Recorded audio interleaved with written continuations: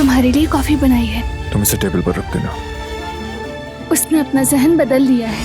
आपने गुल से क्या कहा बाबा? तुम हो कौन? दौलतमंद, जागीरदारी, सरदारी मेरे लिए हैसियत नहीं रखता। लेकिन उस नौकरानी के लिए ये बहुत कुछ है। मेरी मोहब्बत के बारे में इज्जत से बात किया करें। मैं मोहब्बत करता हूँ इससे और मैं इससे जल्दी शादी करूंगा। अच्छा, ये दुकान आपकी अपनी है या किराए पर है? एक मिनट भाई। आज के बाद उससे हमेशा के लिए जान छूट जाएगी। ज्वेलरी शॉप अकेली नहीं लूट सकता मैं, तो इसलिए हम साथ जाएंगे। तुम जानते हो ना कि ये लोग बहुत खतरनाक हैं। आखिर सना उस आदमी को क्यों बचा रही है? तुम अभी तक यहाँ क्या कर रही हो? अपना सामान समेटो और अपनी झोपड़ी में वापस चली जाओ।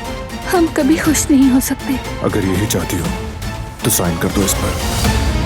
वो कहानियाँ अधूरी जो न हो सके कि पूरी, उन्हें मैं भी क्यों सुनाऊं, उन्हें तुम भी क्यों